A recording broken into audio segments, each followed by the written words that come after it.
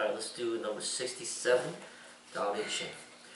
Everyone in the world calls my Tao great, as if it is beyond compare. It is only because of its greatness that it seems beyond compare. If it can be compared, it would already be insignificant long ago. I have three treasures. I hold on to them and protect them. The first is called compassion. The second is called conservation. The third is called not daring to be ahead in the world. Compassionate, thus able to have courage. Conserving, thus able to reach widely. Not daring to be ahead in the world, thus able to assume leadership. Now if one has courage but discards compassion, reaches widely but discards conservation, goes ahead but discards being behind, then death. If one fights with compassion, then victory. With defense, then security. Heaven shall save them, and with compassion guard them. The Tao is an infinite concept that has no form, substance, limit, or boundaries. If it were finite, then no matter how big it is, there would always be something far bigger that dwarfs it. Compassion means our love and kindness toward all things. Conservation means knowing when to avoid wasting our time and energy, and instead direct them in a meaningful way, in accordance with our purpose in life. Not daring to be foremost in the world means humility, the awareness that seeing ourselves as above others can only lead to failure. True courage doesn't come from macho posturing or false bravado. Rather, we gain true courage from love and a commitment to something greater than ourselves. By having humility, we can connect with the Tao of leadership. Within this Tao, we lead without focusing on ourselves, without wanting to be the center of attention. We concentrate on what needs to be done and let others shine. All three treasures are important and we must use them together. Courage without compassion is nothing more than brutality. To reach widely without conserving our resources quickly leads to exhaustion, forgetting the lesson of humility, becoming arrogant and letting the ego run wild at the beginning of self-delusion. If we can hold on to the three treasures, we can achieve extraordinary results. When we fight with compassion in our hearts, we can achieve victory, because love gives us strength. Because we follow the Tao, events will seem to conspire in rendering assistance at just the right time, as if we are safeguarded by divine powers. All manner of resources and allies will rally in our cause, in unexpected ways that no one could foresee. Such is the power of the Tao. Any reflection? That's pretty deep. To have compassion and fight and win. It's kind of like you have initially to fight, you have a malicious behavior to destroy the other.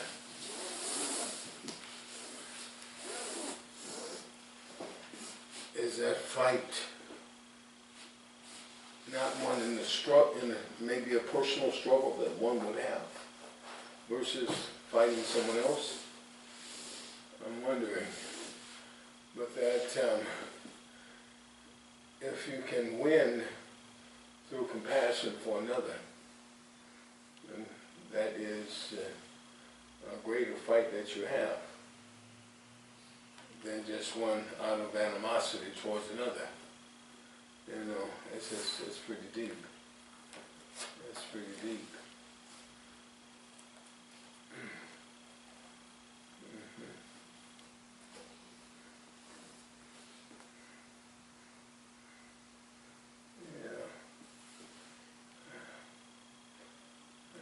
I could have some of that myself.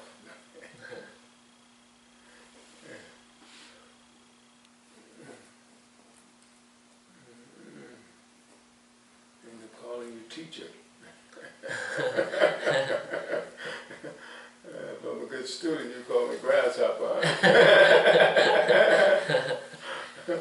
And I was just getting into high school when it came out, 1972.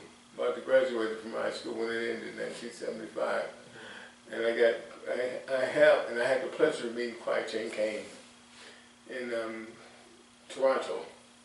They were doing the next, continues. I got a couple of fight scenes, but to hear how he took himself out was unbelievable. Yeah, that's It's almost like the Tao is almost like listening to him speak. You know, pretty deep.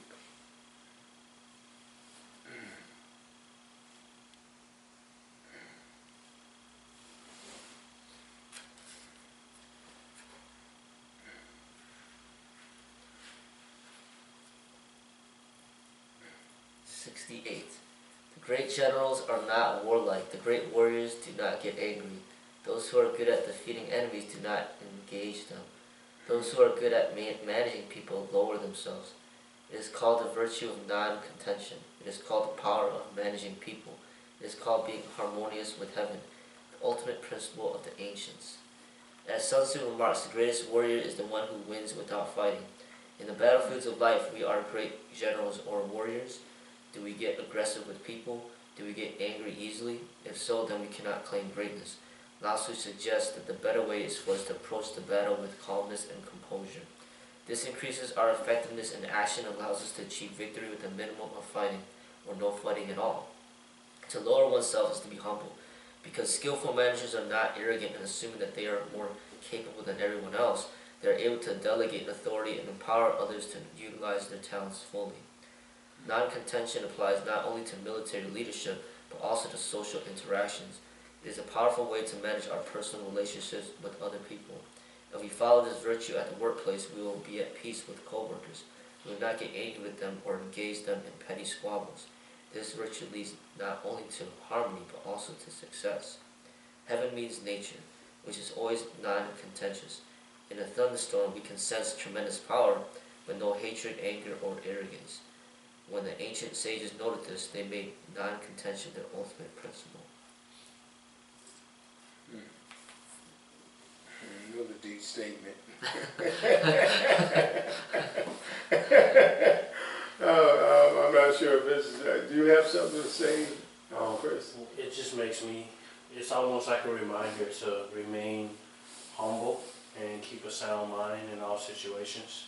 Mm-hmm. It's like, life's like a game of chess, there's destructive decisions that you can make, or there are diplomatic decisions that you can make, but to remain, humble and still work towards, I guess, your goal is key. Ego gets in the way, it can get real sloppy.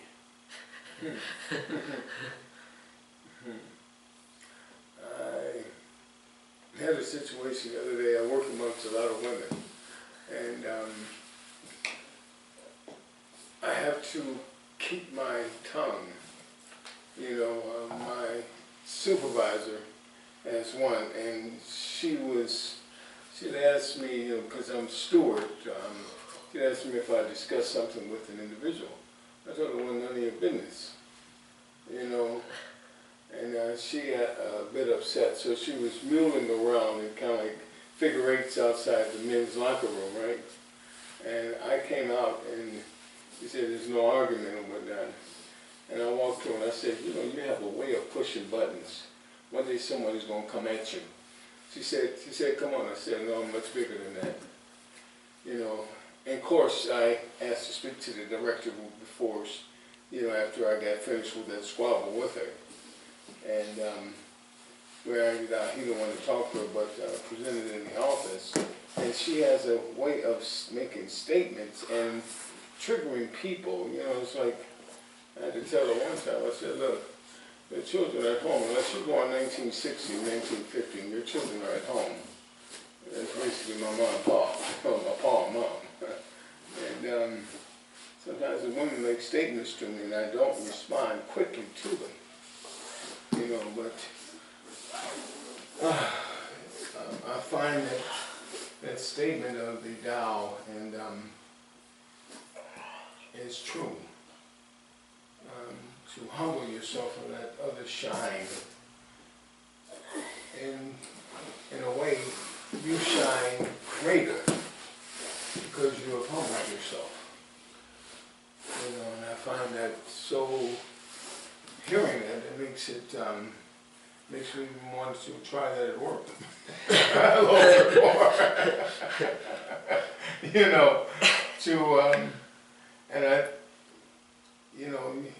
And I like to though I have a sense of importance, you know, because I'm kind of like the legal mind at the job, that it gives me a pleasure to help others, you know, and sheesh, oh Lord, oh, I get a spasm in my calf and then my foot turns. And I have to stand up and straighten the foot out because the foot turns inward, or the sole of the foot tends to face my knee. But I want to try that a little bit more, that you speak about at work. That is a great gift to have.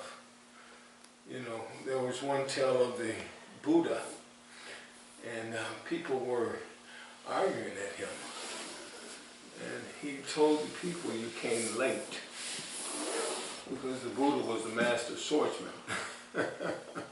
So after he had found enlightenment under the Buddha tree in the Dharma, he told the people, you came late. They didn't understand. He would have sliced them up and left them laying. But that was courageous. And that's what that reading reminds me of. That you still keep your peace when people argue at you. And then my pa told me it takes two people to argue, right? Oh boy.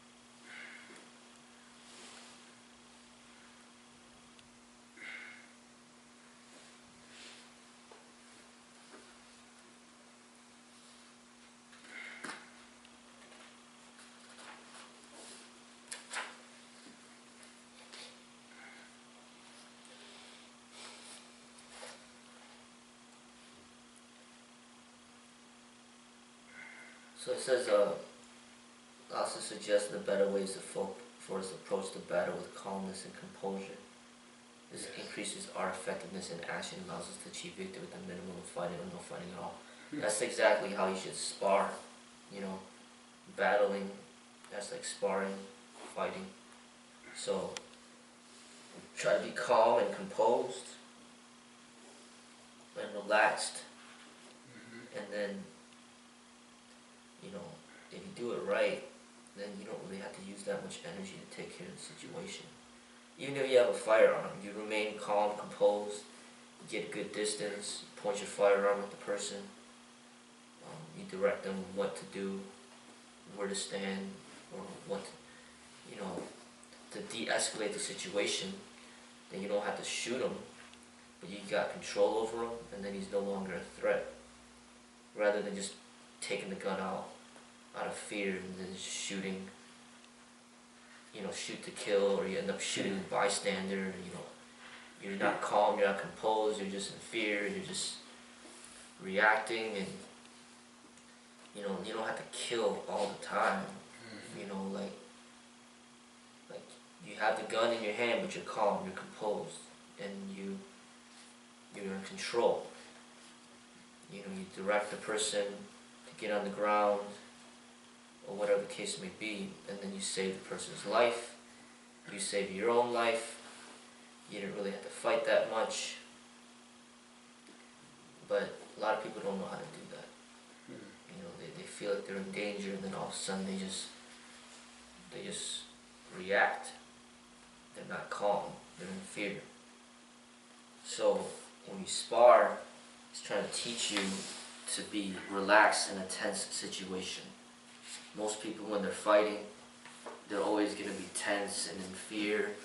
But then when you keep sparring and get better at it, you learn to not be in fear. You learn to not be tense. You learn to relax. And then you can handle the situation with less effort.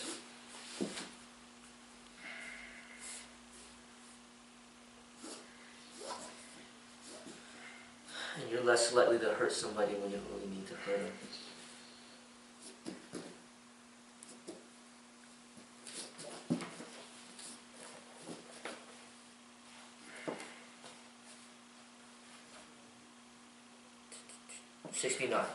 In using the military, there is a saying, I dare not be the host, but prefer to be the guest.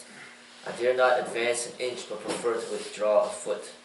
This is called marching in formation without formation, raising arms without arms, grappling enemies without enemies, holding weapons without weapons. There is no greater disaster than to underestimate the enemy.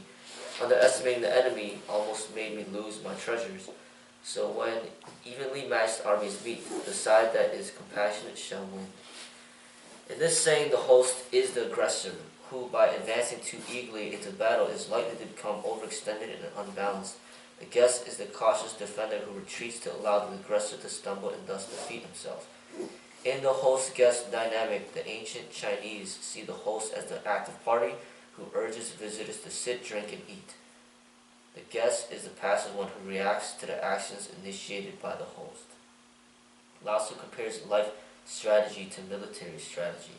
In life, as in war, we should advance purposefully with a plan, march in formation, take definite actions, move our arms, move to grips with the problem, grapple with the enemy, and bring effective tools to bear, utilize weapons. In this comparison, underestimating one's enemy is equivalent to underestimating one's challenges in life. This often causes us to charge forth recklessly and get blindsided. We become the eager host and forget to be the cautious guest. Many people believe that overwhelming aggression wins respect. This belief forms the basis of the shock and awe of military strategy. History shows that it simply does not work. Aggression succeeds only in planting the seeds of subsequent retaliation. It is wisdom and restraint that win respect and admiration, not force. Judo and Aikido are based on the concepts described in this chapter. A master of these arts may appear to be yielding and retreating, and yet is devastatingly effective in combat. Tao sages apply the same approach to life. Acting from compassion, they realize that it is more important to be kind than to be right. When you find yourself in an argument, why not yield and let the other party win? What do you really have to lose? Reflection. Should have told me that last night.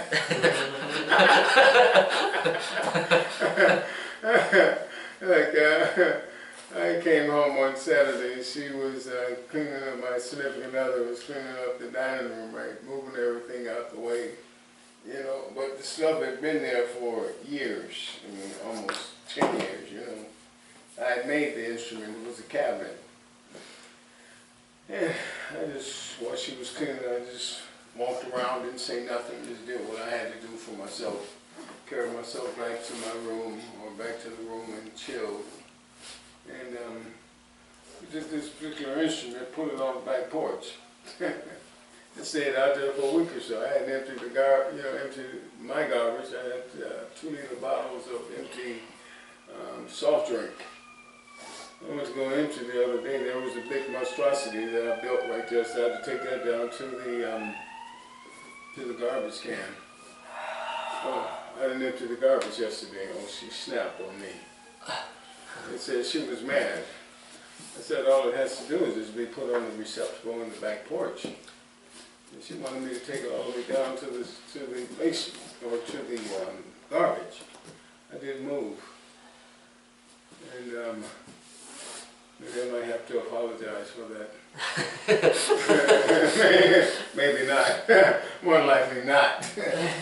You know, if I'm not happy, I'm the controller of money. I make the most. And I spend all of it. But I tell you, I don't know what she expects of me. When the engine went out, I bought an engine, $1,700. I put a fan in there, put a radiator, thermostat. Had the oil change, had the whole thing redone. And I still can't find no happiness. So I know what I'm gonna do, C4. I'm gonna replace your class for her.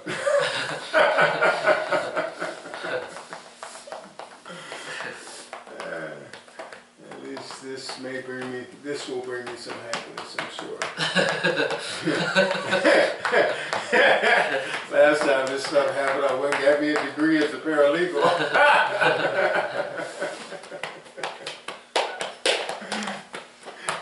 She asked me why not do it. I said I was bored at home. I'm bored again. So I'm going to be with you until I'm 70. That's fine with me. I'll be with you till I'm 70, brother. That's about 11 years from now.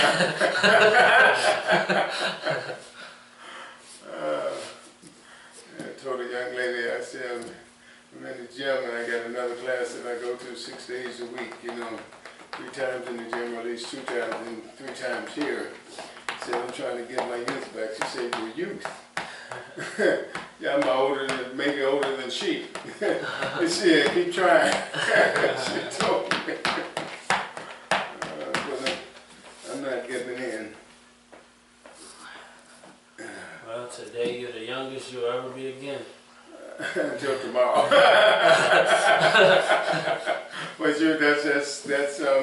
that's soothing to hear what you say. Yeah. You know, but the war is still going on. I'm still going to get my youth back. Because I tell you, getting old, the things that dawn upon me are the aches and pains that come with. Yeah. And I tell you, these stretches are really doing it to me. You know, I know that I did something, I will remember that I did something today when I feel the pressure tonight. Yeah, this is all good. Still trying to grasp that